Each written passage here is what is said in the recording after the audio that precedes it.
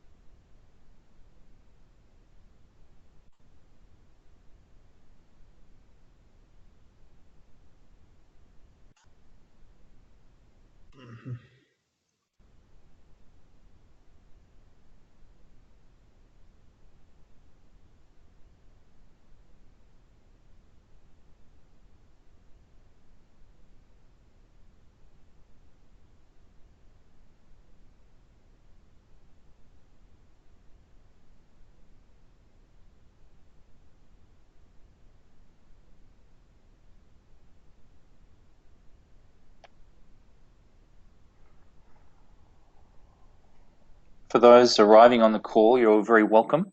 My name's Andrew Brown, and I'll be your facilitator today. We're going to wait a few more moments for others to join the call. You've reached the USAID Global Health Supply Chain Procurement Supply Management Project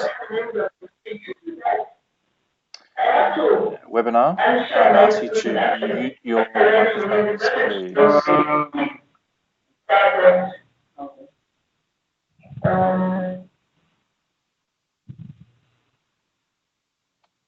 Thank you.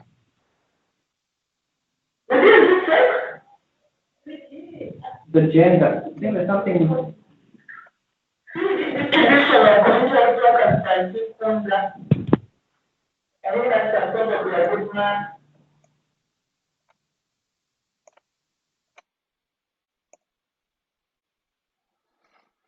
McDelowitz, can I just ask you if you have the capacity to mute from your side if required?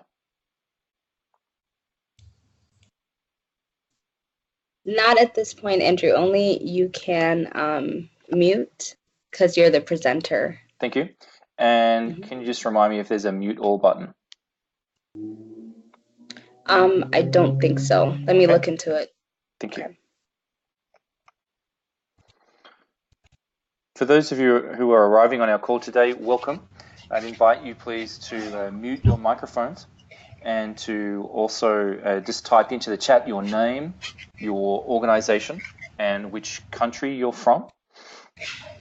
It would be great to see who's on the call today.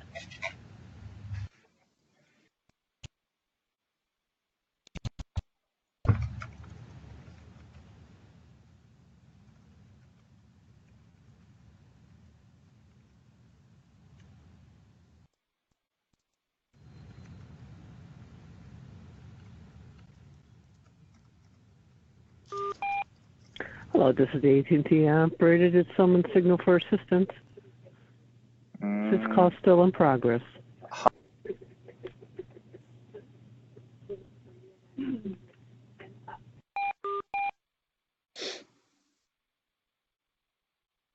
Hi, Andrew.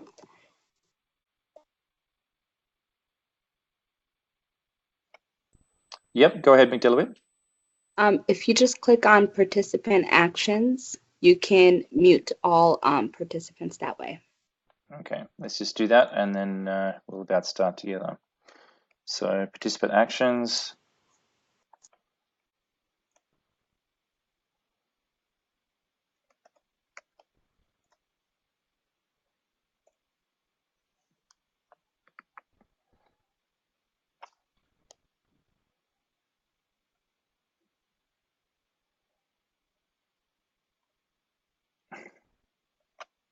Okay, we'll see how we go from there.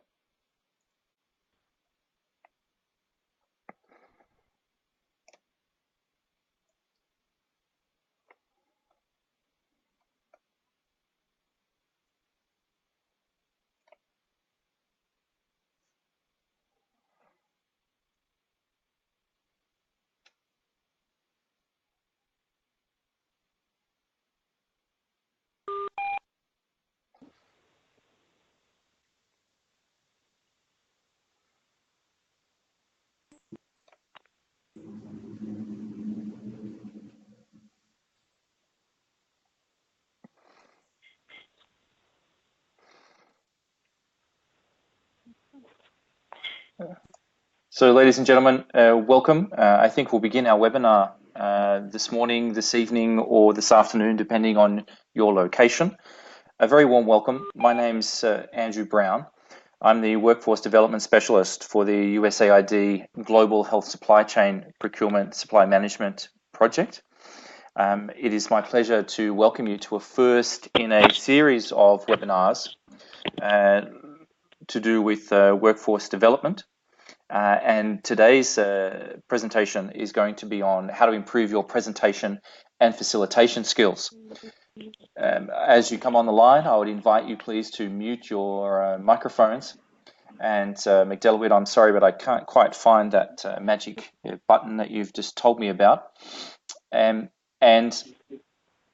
over this next 40 minutes, all participants are now in listen-only mode. All participants are now in interactive talk mode.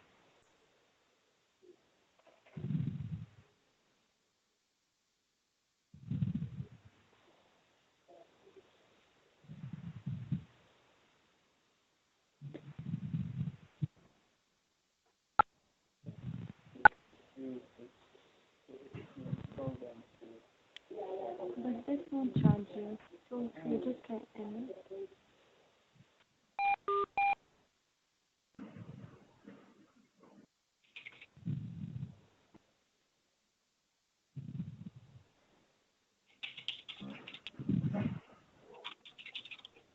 Huh?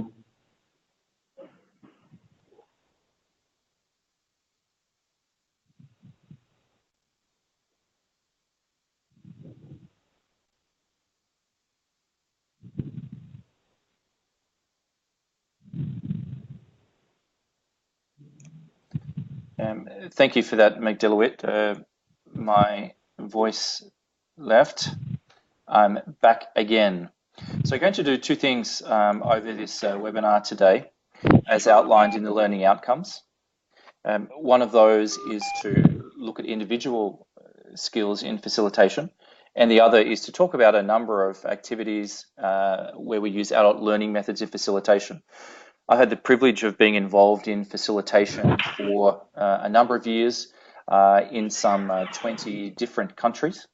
And so I hope to share with you some of those experiences, as well as to hear from you on some of the things that you find helpful and not so helpful when you facilitate meetings or give talks for others.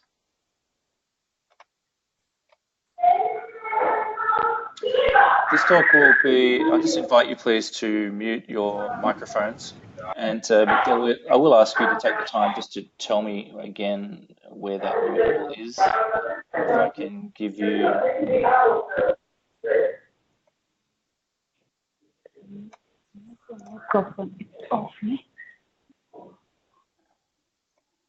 Hi, Andrew. Yeah. If you just click on participant actions. Yeah. So whereabouts on the screen is that, please? It's if you open the if you click on participants on the top left side, it displays everyone, and then there's participant actions, a little button there, and you can just click mute audience from there. Yeah, unfortunately, the participant actions button's not coming up. Okay. Let me try to mute on my end and see if you can still come through if I mute everyone else. Okay, thank you. Okay. All participants are now in listen-only mode. Yeah, how's that go, McDelowitt? I think we're good now. I think that works. Perfect. Yeah, great. Okay. Thank you. Sorry, everyone, for that delay. I'm not sure if you know this particular gentleman. His name is Jerry Seinfeld, and he's a very famous. Sorry to interrupt again, Andrew. I think the slide deck is not showing on the screen. Okay. So you might want to present. Thank you.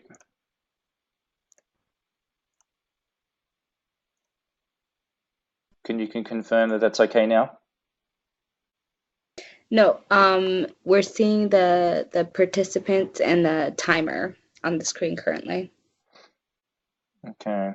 All of those things are deleted from my screen at the moment.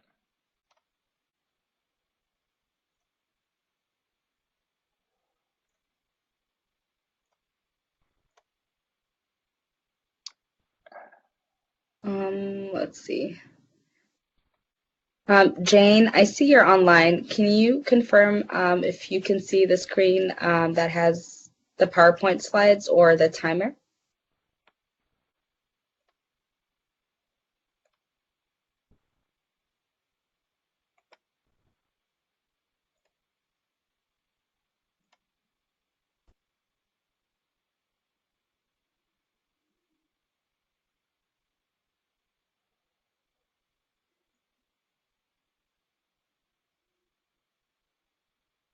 Okay, there you go. I think we're back online. Okay, thank you for that. And please, McDelowitt, feel free to jump in if you notice any more technical difficulties. Sure, will do. Thanks. One of the interesting things, Jerry Seinfeld is a very famous comedian, And one of the things he noted is the number one fear of the average person is the fear of public speaking. And the second fear was actually death. So at a funeral, the average person would rather be in a casket than doing the eulogy. So I find that quite interesting, and a lot of you, I think, will be in a similar situation where you don't feel confident in public speaking. The good news is when you're invited to speak, when you're asked to give a presentation or to facilitate, the audience wants you to succeed. The audience is there to see you and to engage with you. And so in this presentation, I want to talk about some of the different things you can do to help give a better presentation and how to better facilitate meetings. What I would like you to do is to have in your mind what we describe as a beginner's mindset.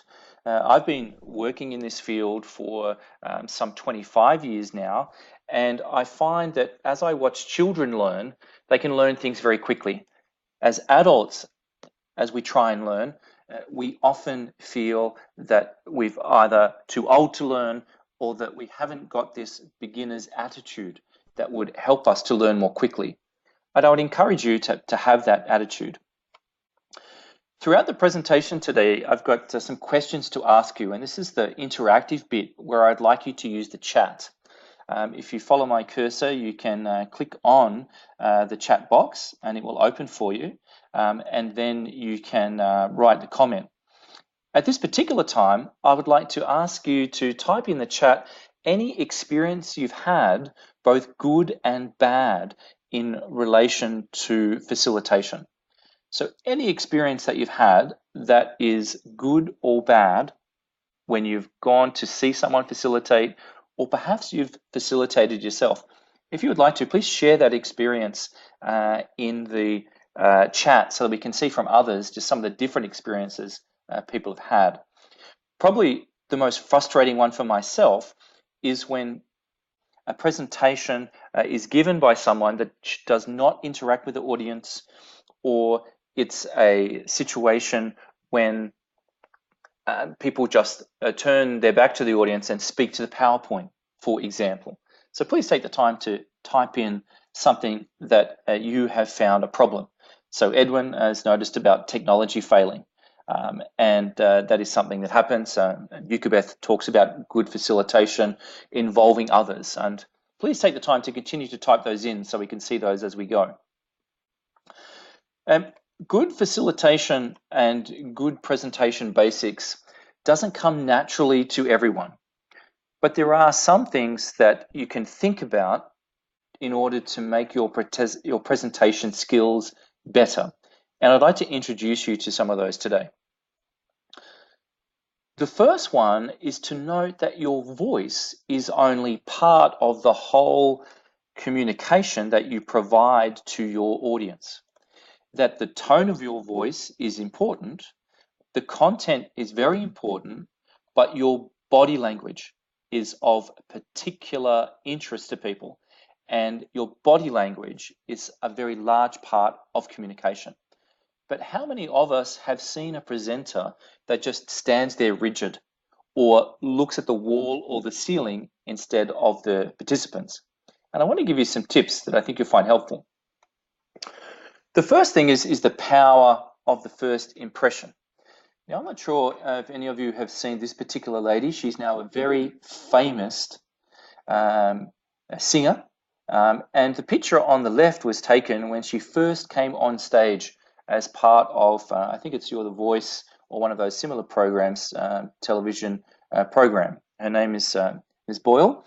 And the first impression from the audience was very poor. She thought that she would be a very bad singer and not someone who would be very good. But that lady went on to win the competition. Her voice was outstanding as a singer. And you'll see on the right, after she had some training and experiences, her impression changed a lot. So how you present yourself in terms of what you wear, your confidence, how you greet and interact with people on the day of your presentation is a big factor in having a good and effective presentation. So please remember the first impression. You have about 7 seconds, sociologists tell us, in order to make this good first impression. Make sure that you know your material. Arrive early so that you can check the technology. Greet people as they arrive. Introduce yourself. Remember the names and connect with faces and names during your facilitation or presentation where possible. And I like the point here, and that is you are your own best visual aid. At this point, I would like to acknowledge a colleague of mine, Mr. Daniel Moriarty. He works in the same organization as I do, and he has been very helpful in preparing these slides for me. So first impressions, very important.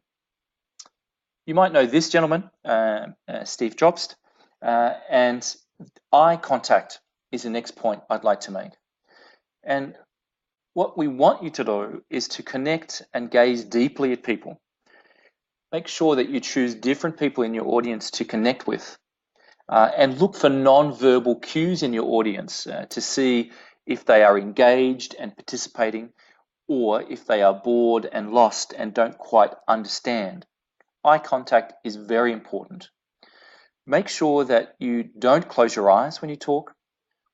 Don't just talk to one person. Remember that you have a whole audience before you. And don't look at the back wall. Sometimes we get very scared if we're in front of many people to give a presentation, and we may choose a technique to look at the back of the room. But when you are with people in an environment for facilitation or giving a talk, the eyes are most important. So please take the time to practice eye contact. The next one is movement and stance. I'm not sure whether you have been to a presentation where you feel that the person who's speaking is a statue. They've put themselves behind the podium and they don't move for the period of their talk. Or you may have come across the presenter who's the dancer, who will move around the room, moving about quite obviously and to the point of distraction. It's very difficult to get the balance right. And what I'd like to encourage you to do is to interact with your audience. Think about getting out from behind the podium, moving purposefully, planting with poise. In other words, when you move, then stop, talk, move, stop, talk again. Don't talk and walk. This is called pacing. People get distracted. And they suggest, as this gentleman is on the screen, is to sort of stand solidly as if you are talking to a friend in a corridor, but balanced, natural. Be yourself and be authentic. One of the key points, take-home message for you, is to always be yourself when you give a presentation and be authentic. We are never asking you as a facilitator to be a particular facilitator robot, but rather we want you to be yourself. And these points on the screen about movement and stance are some to consider. The next one is gestures. A number of you I know look at TED Talks, and TED Talks is one of the leading places where you can look and see how great presentations do presentations. They did some analysis of the TED Talks, and they noted that the least popular talks averaged 272 hand gestures during a talk, and the most popular talks were 465 gestures. There was also a group where the less popular talks were also because of a high amount of hand gestures as well. But your hands are trust indicators. I think that's an interesting term to consider. As you interact with people day by day in conversation, in small groups, and also as you facilitate or present to people, they are looking at your hands as an indicator of trust. And this is a very important part of body language. So one of the areas that we talk about is we talk about the hand box. And that blue box on the screen that you can see in front of the lady is what we call the hand box. And we would encourage you when you are speaking is to keep your hands inside that box. If you wave your hands up higher, down lower, or outside that box, that makes people feel uncomfortable. And it is something that can be distracting. And this information is also taken from sociologists who have watched people give presentations and noted the audience reaction to the person. Be descriptive and congruent. What this means is with your hands that they should make natural gestures which can speak consistently with the message that you are providing. Some of the things that you may have seen people do is listing, where you use your fingers to count 1, 2, 3, using your hands to show big and little, or comparing one thing to another, or putting your hand on your heart to indicate something sincere. We would encourage you to use open hands rather than clenched fists. Things that for some people come naturally, but for others, we would encourage you to think about the hand box and think about some of the gestures that you can make. I like this slide because this talks about a range of stances that distract or are not encouraging to your audience. Things like crossing your arms, putting your hands in your pockets, pointing, standing with your hands behind your back, or like the referee there, standing on that sort of wide stance, looking out, sort of overly confident to people in front of you. And one that I personally find very annoying is if a facilitator has a pen or another type of device that they're overly clicking or fiddling with. And these would be significant distractions. So we've mentioned some particular gestures and the box to consider, but I also want you to note that these are the particular stances or gestures that we want to try and avoid. Now, you'll note that I've spent about 6 or 7 slides talking about body language. And if we go back up to this particular pie graph, 55% of communication when you're presenting, either in a talk or facilitating, is body language. So that is a significant emphasis. But of course, voice and vocal variety are also important. Now, the word tone indicates how your voice is coming across. So as you've been listening to my voice, you will have noted that my tone is a professional tone. It is a tone that is changing with time. I'm not just here talking in one tone about this great subject. I'm giving some variety. Volume is also important, where you need to emphasize particular points with a higher volume. You may get people's attention by changing volume from a higher volume to a lower volume in a sentence.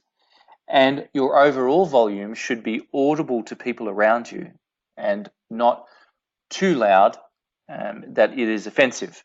I'm not sure if you've been to a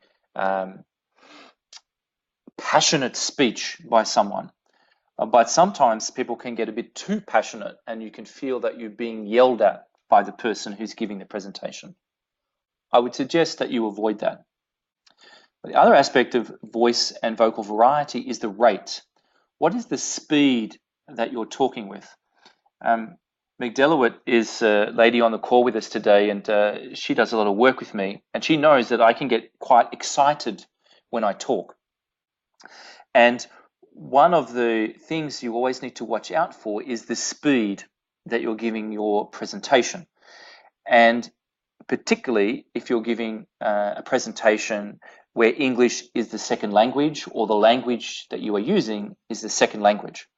So watch out for your speed, the rate at which you talk. The other one is inflection. Inflection is where you, I might say something like, we're talking about the importance of voice and vocal variety.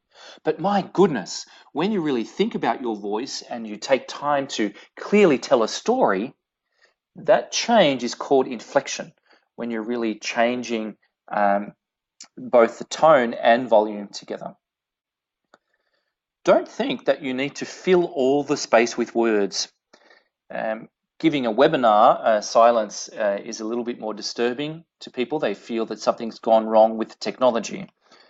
But pauses allow people time to think and also give an opportunity to move from one section of a talk to another. So don't be scared to use a pause for emphasis and transition. Throughout this presentation today, I've noted there would be a couple of times for questions. We've reached one of those times. I've got McDelowitz standing by to assist me. So this first part of the webinar is really to present to you a range of things to consider to improve your personal style when you present or facilitate. I'd like to invite you, if you have a particular question, to please type it in the chat. But also, if something of what we've spoken about so far today you have found particularly interesting or important, please make a note of that in the chat so others on the call can tell us how they're feeling. So it's exciting to see that we have 69 people from around the world. So again, very welcome. If you've not taken the time to introduce yourself by putting your name, your country, and the organization you work for, please do that. But I would also like to invite you at this point, if you want to share anything else about personal presentation as part of presentation skills, please put that in the chat. And yes, at the conclusion of this webinar, I will be sending out a link to this presentation and to the slide deck. So we will share it. So again, we'll keep moving along, but I will invite you to, in the chat, if you have a particular question you'd like to ask, an experience you would like to share, or something that you have found particularly helpful to you, please take the time to note that now. There was the silence I told you about, but that wasn't the silence because the technology didn't work. What I would like to do now is to move on to the second part of my presentation, and that is talking about how I would recommend you facilitate with a focus on adult learning. Now, one of the interesting aspects of facilitating or teaching adults is that they have a lot of knowledge already. They like to be considered as adults rather than children, and they need to be engaged with in order to learn from. These particular points on this slide are points that I have learnt and come across in talking and reading about the subject that I find very important. One is to follow the principles of adult learning theory, and I'm going to give you a couple of slides on that today. But if you are a regular facilitator or presenter, I think it's helpful to do some background reading about adult theory, learning theory. Where you are facilitating with a group of people, I would encourage you to try and let others talk more than you. So if I'm involved in facilitating a workshop, I would be looking to get a maximum of 50% of the time me talking. I'd want others to be talking more. What's very important is that facilitators are able to give feedback to participants, both good feedback and encouraging people, but also constructive feedback that allows people to grow and develop in a particular workshop. And in some cultures, giving feedback can be quite difficult, particularly if it's feedback for points of improvement rather than praise. Most sessions you facilitate as you do present courses or other material have session plans. I would encourage you to ensure that you follow the session plans and not to go off the plan too much, because facilitators that go off the plan are also those that are ones who usually go late when it comes to timing. Have good time management, and that's one of the number one take-home messages. People, adult learners particularly, when they come to presentations and courses, want the meeting to run to time, they want the breaks to be on time, and they want to finish on time. The importance of time management, I can't underestimate. If you are doing ratios of facilitators to participants, I've found very helpful about 1 to 10. You'll see in some literature they talk about 1 to 7, 1 to 8. I like to consider about 1 to 10. One of my most frightful situations is I was asked to facilitate a training course in the Kingdom of Tonga in the Pacific Islands. I had been told there would be 25 people in the course, and when I got there, the lady who was in charge of the overall program, she took me aside to have the orientation meeting, and she said, "Andrew, welcome to Tonga. It's a privilege that you could be here. So we have invited more people to come. You're starting tomorrow and you will have 45 participants." We only had 2 facilitators, and it was quite difficult, but we managed to make a meaningful course. That was probably the most frightful situation I've had as a facilitator. I would recommend 1 to 10. Facilitators should plan well ahead. Some facilitators have fantastic skills and expertise that sometimes only with a few hours preparation they can conduct a good course. Those people are few. Most of us, including myself, need to prepare very well before giving and running a course or any type of meeting. Plan well. The other aspect that is particularly becoming more and more important from donors who often provide the funds for courses we facilitate is ensuring that participants are thinking about the workplace application of everything that you do. In the research I conducted while working at university, one of the things that we discovered was that not everyone finds it easy to take a concept from a training course and think about how to apply it directly in the workplace. This translation of knowledge into workplace practice needs to be guided in many instances. And so I would encourage you, as you think about facilitation, that you think clearly about workplace application and help people as they and look at designing that into your materials. A couple of pieces of learning theory that I want to draw to your attention. One is learning styles overview. It won't surprise you to know that we all learn differently. Some of us learn through our eyes. We are visual learners. Some of us are auditory, or we learn through listening. And some of us are kinesthetic learners, which means that we learn through doing. Now, one of the questions that comes to mind is if you were running, for example, a supply chain course on how to do a stock take, knowing that some people are visual, some people are auditory, and some people learn by doing, how would you prepare such a session on how to do a stock take? The answer is that you would need to think about present facilitation styles and activity that appealed to all types of people, people who are visual, auditory, and learn by doing.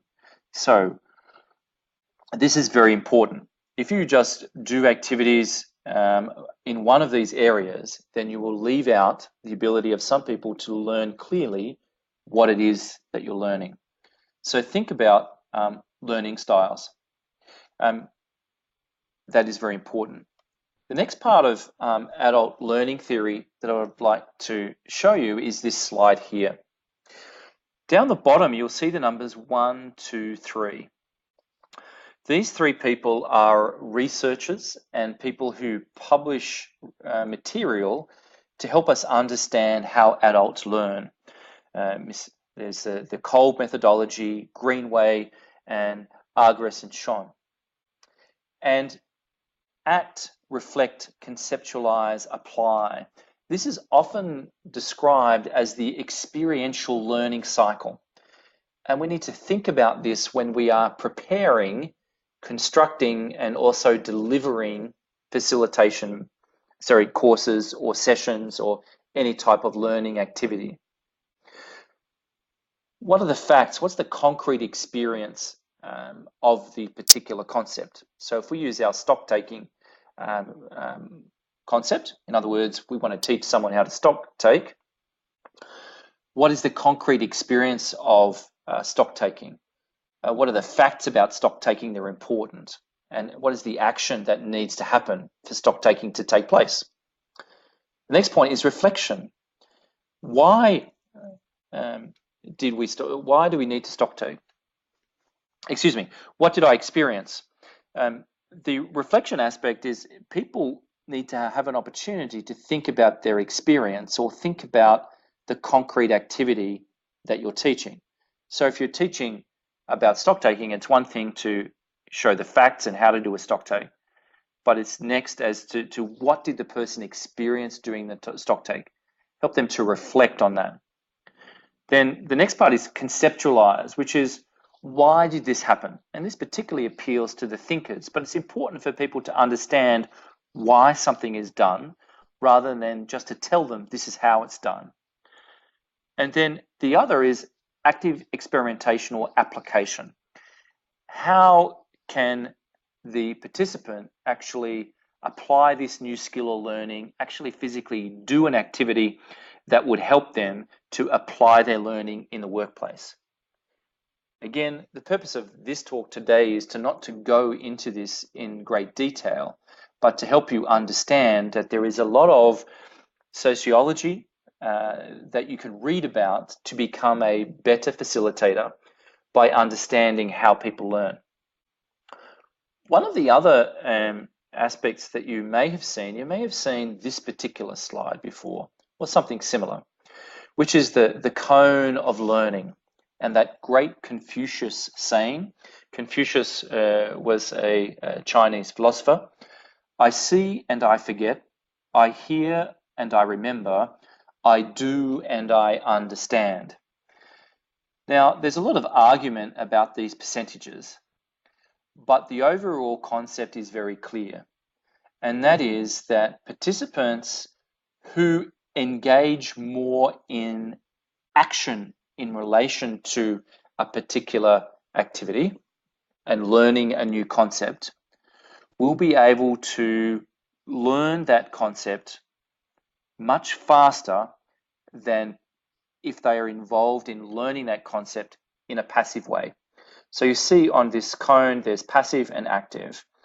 In active, we're talking about participating in discussions or actually doing things, whether it's a site visit, whether it's, so for the stock take, it might be doing a stock take in a simulated environment at a training course. It might be doing a stock take on a site visit in a work environment. It might be something like that. Whereas the passive way would be reading about how to do a stock take, listening to someone, telling them how to do a stock take, watching someone do a stock take, or looking at a demonstration. So passive and active. The take-home message is, as much as possible, participants need to be involved in active learning if they're going to learn what they do. And also note that this transition to taking learning into the workplace is also difficult for many people. So, quick recap. Adult learning theory is important. There's been a lot of research done to tell us how we can best teach and interact with adults in facilitating and in giving presentations so that they can learn new things and apply those new things to their life or to their work environment. I wanted you to think about learning styles, so understand that people learn through visual, through hearing, and through doing, that there is an experiential learning cycle that if you can take your participants through this cycle, then they will better understand the concepts that you're teaching and better able to apply those and change their practice or their environment as a result. And the final part of adult learning theory was think of the cone of learning and move as much as possible towards activities that are active and engaging for participants. This next part of the presentation, I want to share with you a range of experiences. All the pictures you see in these next slides are pictures that I've taken for training courses that I've run. And I think I mentioned earlier in the talk, I've had the privilege of presenting workshops in some 20 different countries, a variety of cultural groups and a variety of people, whether it's parliamentarians and medical specialists, right through to medical assistants, nurse aides, and pharmacy assistants. And I find it very exciting and pleasurable to facilitate courses for people. And I want to share with you some of the top activities that I use when I am building activities around learning concepts in courses. The first one is paired activity. I will often get participants to pair up and do an activity together. I'm not going to read everything on these particular slides. I'll leave that for you, noting you'll get the slides, but I will emphasize a couple of points. Whenever you're doing a paired activity, explanation about what people need to do is extremely important. Also about being specific with regard to the time that's available.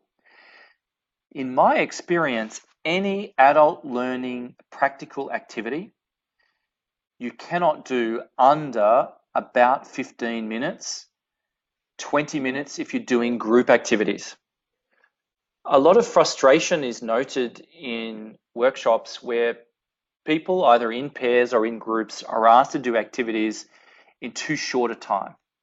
It's also true that if an activity is given too much time, then some participants can be bored. But think about paired activities. And as the facilitator, one of the other things to watch is to monitor your participants and how they are engaging in activities. A number of times I've seen where a facilitator will give an activity to participants and then walk away and do something else while participants are doing that activity. Continue to engage with your participants throughout. And for those asking, I will be providing a link to the slides at the end of the presentation. The next activity is role play. Role plays are a fantastic way in order to get people to practice things, particularly things that they were going to do in their place of work. The two pictures on the screen are people practicing explaining to each other how to use a condom. This was a male condom and also a female condom. For those of you who've had to do this or taught this, you know that some of the things we teach can be quite embarrassing. And so creating an environment where people can role play together and practice is very important. Again, the importance of instructions, the importance of being as realistic as possible. And it's also helpful to give an example of what you mean before you start. And if you remember earlier, a key point I noted was about providing feedback. Always circulate amongst your participants while they're doing an activity in order to provide feedback. Role play, I think, is really fun. And one aspect of role play that I sometimes do is role play in threes. You will see in this picture that I'm indicating on the screen, there's a gentleman sitting down. He's there on purpose, and he is tasked with providing feedback to this person who is giving instructions to the patient. And we give some guidelines on how to give constructive feedback before we start the activity. But purposefully, we have someone who's observing the role play and then providing feedback. And then we can change the roles over a certain time period. So sharing with you some of the things I've found helpful. The next one is open group discussion. So open group discussion is often effective where you may have up to about 20, 25 people, or you may even have up to 90 people. It can be effective in a variety of environments, but open group discussion can go bad very quickly. And we've all had the presenter who gives the floor to some participant who goes on for 5 minutes with a question, a statement, or an explanation. So whenever you are operating open group discussions, ensure that you give expectation to the participants. Explain to them about how we will be taking turns, how clearly and loudly you want them to speak, how much time they have or they don't have. Manage the expectation of your participants and your group discussions will be much more effective. Also, a good facilitator would be able to skillfully interject with the participant that maybe is taking too long or is going off track.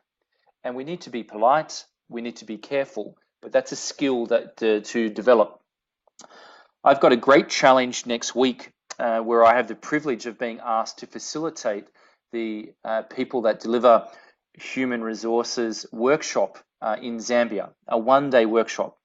We are expecting over 90 participants in that workshop. And we have a number of panel discussions, and we're going to involve the participants in asking questions and engaging.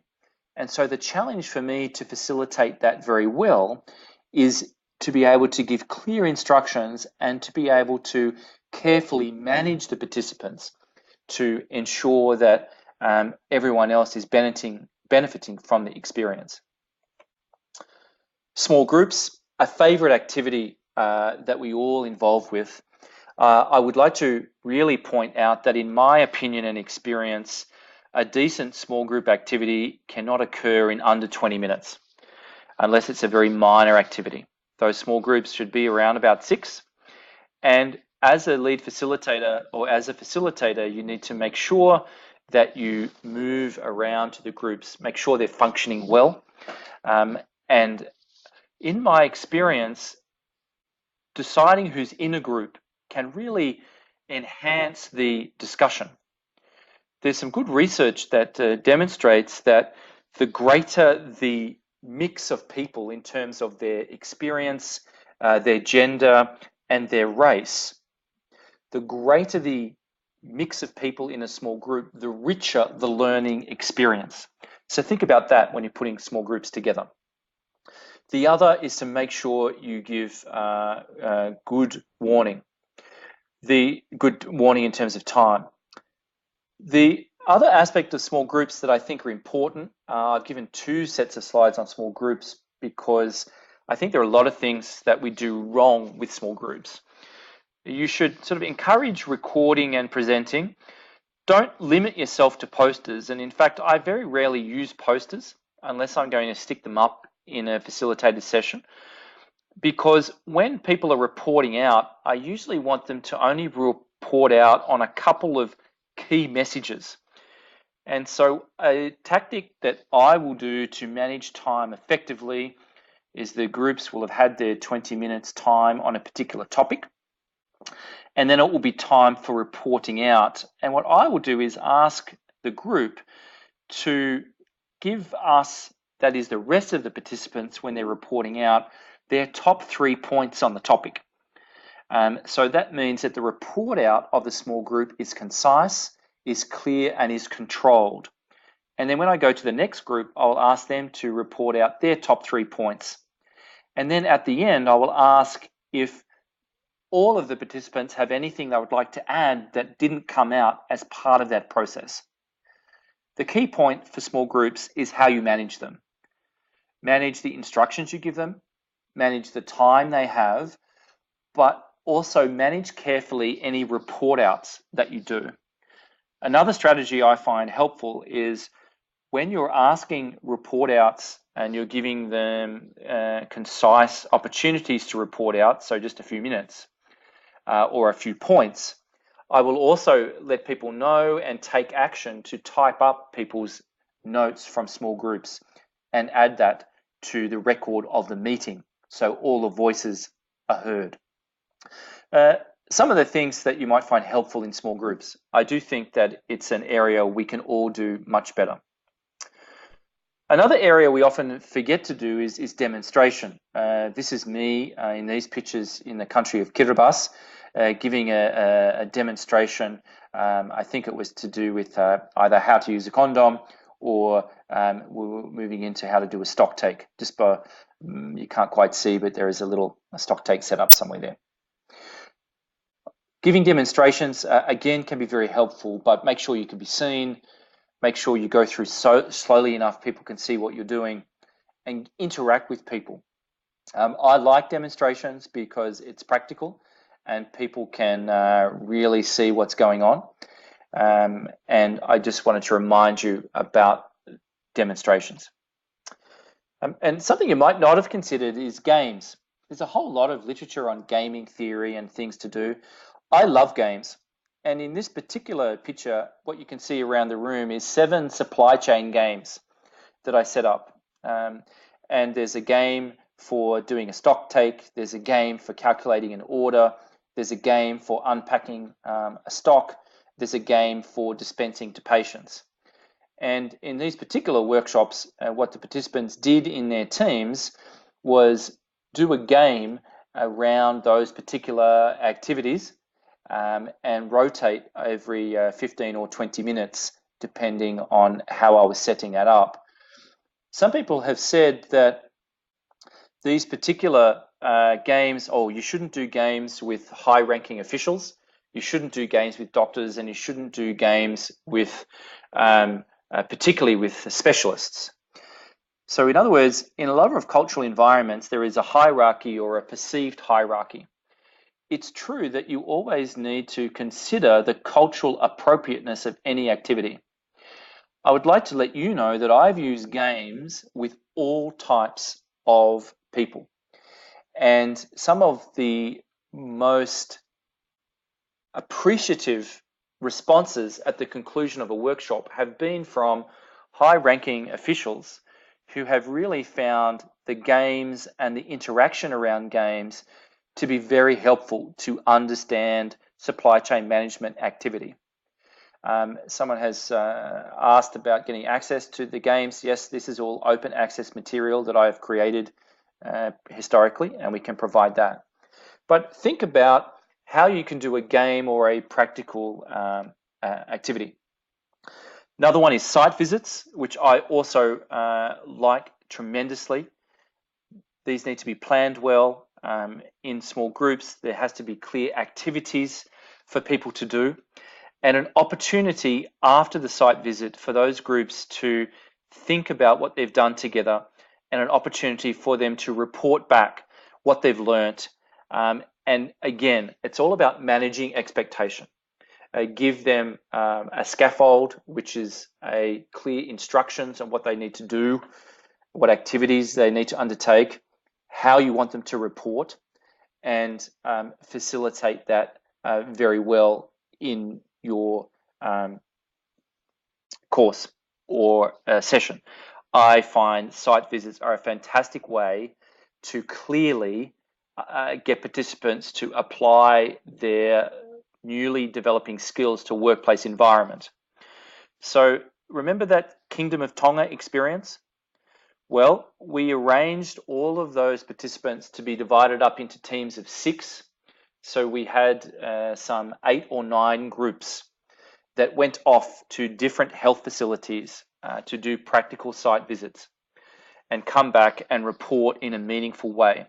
The point I want to make is you can plan, if you plan carefully and interact carefully with people on the ground, if you're going to other countries, you can do all sorts of exciting things, but you need to plan and do that together. And I wanted to mention just that experience in Tonga, because it would seem insurmountable being confronted with 45 people to teach in a meaningful way. But we did so with the help of a number of staff, but planning carefully as well.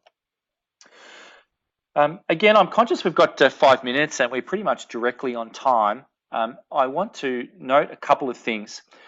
Training of the trainers is an interesting aspect that people talk to me a lot about, and I'm in the process of doing some planning for a couple of countries around this. A couple of points. This is not the overall focus of today's presentation, but I want to mention to you, choose your trainers carefully. Just because a person is a technical expert does not mean they are a good trainer or a good educator. My question to you is, how do you choose your trainers? Ensure that your trainers or facilitators are trained in both the technical material as well as the soft skills necessary to train well. So some of the things we're talking about today as part of adult learning theory. Carefully design training of the training approaches to ensure that technical and soft skills are clearly taught. Sometimes in training of the trainer workshops, participants become confused about what is the technical material that is to be trained and what are the sessions that are helping them to understand how to do that training.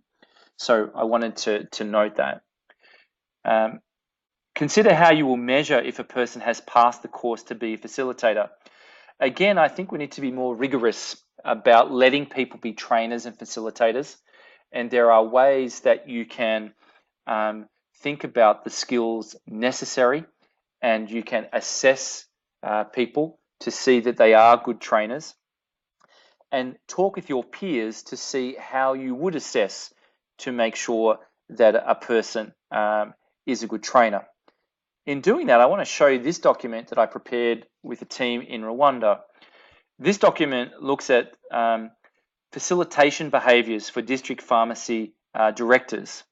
And it outlines a range of behaviors, both technical, about communication, about facilitation, about participation, about problem solving, and about education.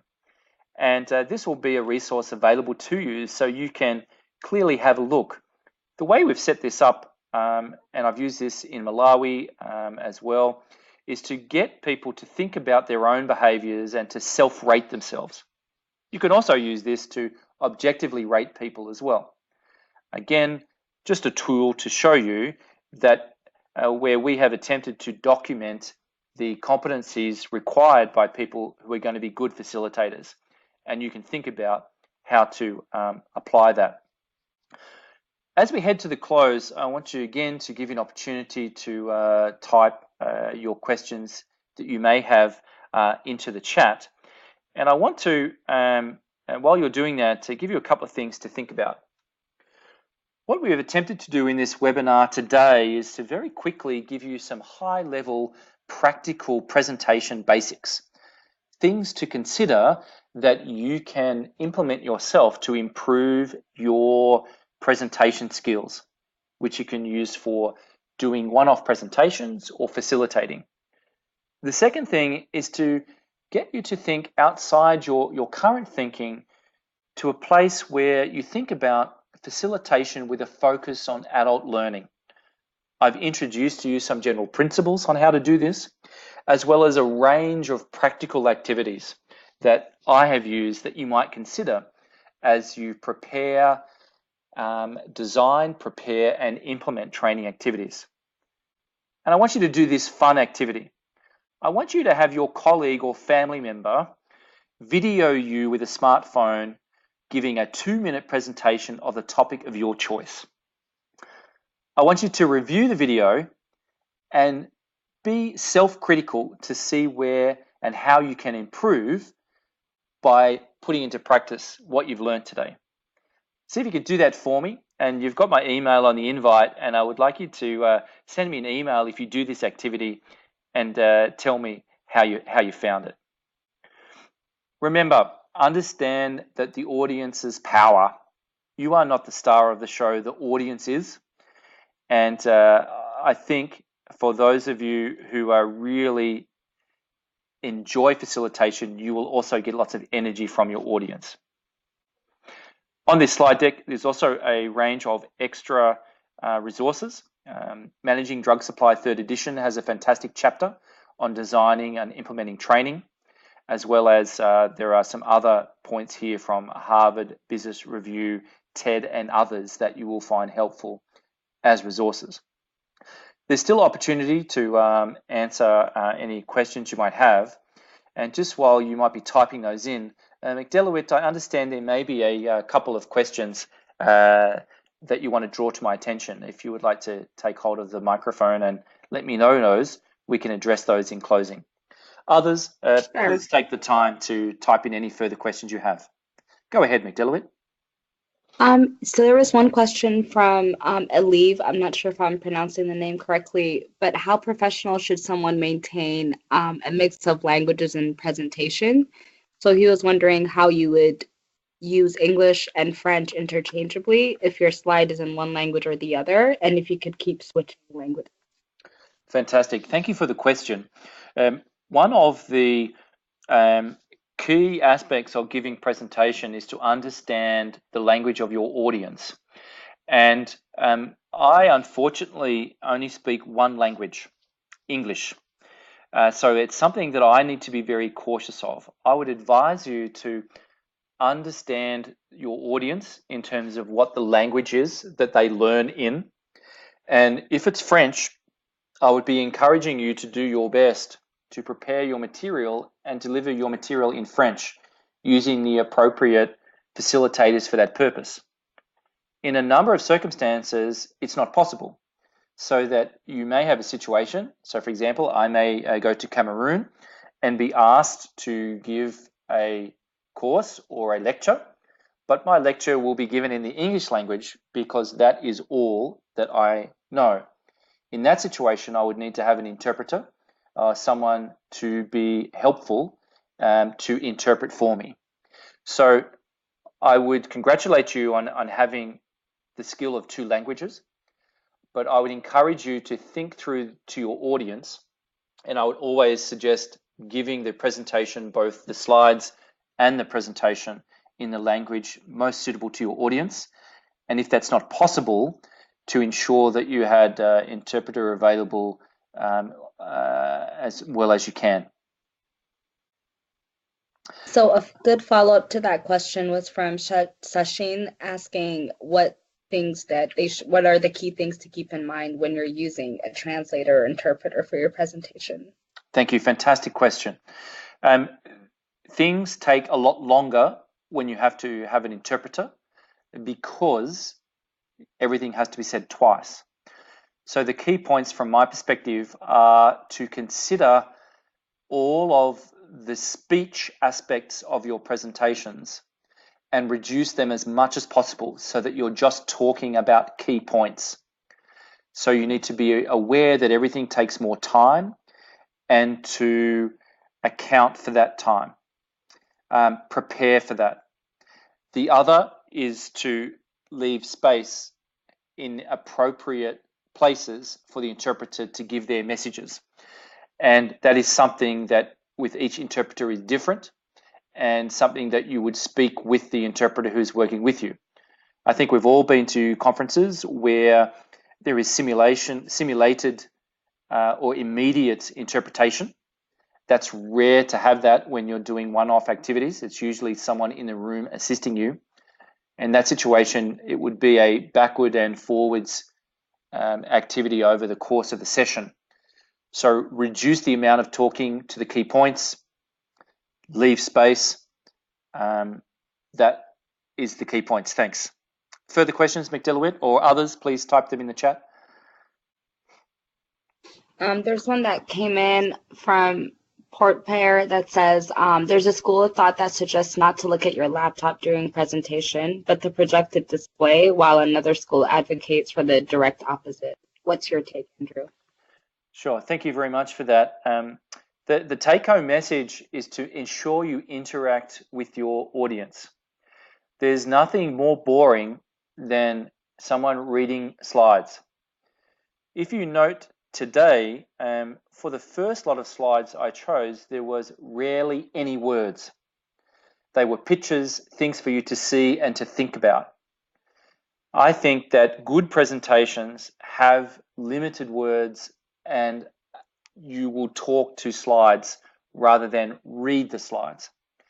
Having said that, a number of sessions that we will do as facilitators have lots of information, and the slides are a way that people can capture that information to take home as a resource.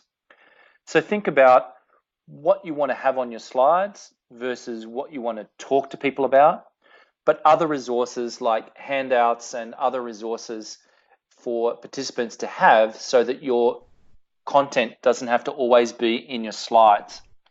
The style that I like to use is I like to have a presentation laptop in front of me, as well as the screens behind me, so I can monitor my presentation through looking at my laptop and not turn my back on the audience to look at the presentation screens.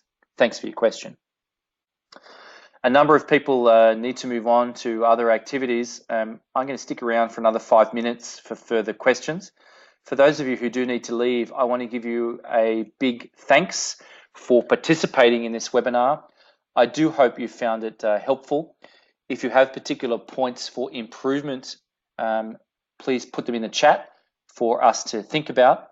And we will be running a webinar on a different workforce development topic every 2 months over this next year. So I look forward to engaging you further on other topics as we move forward.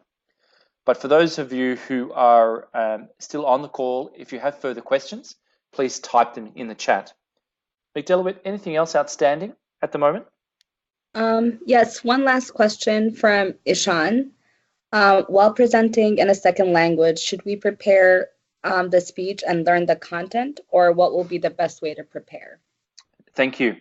I particularly admire colleagues from the Francophone community who I've seen on a many occasion attend an English-speaking conference and give their presentation in English with great accuracy. When I've spoken to people who have done that well, they have carefully written out their presentation in English. They have practiced that presentation and then given it in English to the benefit of the audience. And I think that is most successful. I would suggest that you investigate the conference to see if they do have simultaneous translation, because often the stories that you want to tell and the passion of the topic you want to deliver at a conference is best given in your native language rather than the language of the presentation, language of English. So for example, next week there is the Global Health Supply Chain Summit. They usually have French translation. If you have a good command of the English language and you can practice and present in English, then fantastic, that will be greatly appreciated. But you should also feel quite entitled to give your presentation in French, because, and I like to hear presentations in French, because more than 50% of what you're telling me is in your body language, and you can be much freer in your body language when you are talking in your native language, assuming there is simultaneous translation. They're my reflections. Thank you for your question.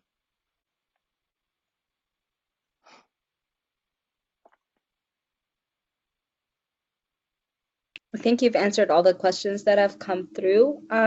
If anyone else has any questions, please feel free to type them. Otherwise, I think we're ready to conclude. Fantastic. Again, I would like to thank McDelowit for her support in watching the chats. We've had quite an active chat, which has been fantastic. McDelowit, I think we had up to about 70 people at one point on the call, which was absolutely fantastic. Yep. We had 73. 73. Well, that's great. So again, thank you so much for everyone for participating. We will be sending out an email with a link to the resources that we have prepared for this presentation. And I would wish you well in your working day ahead. For those of you going into Thanksgiving, happy Thanksgiving to you. And again, thank you for your participation today, and goodbye. Thank you very much.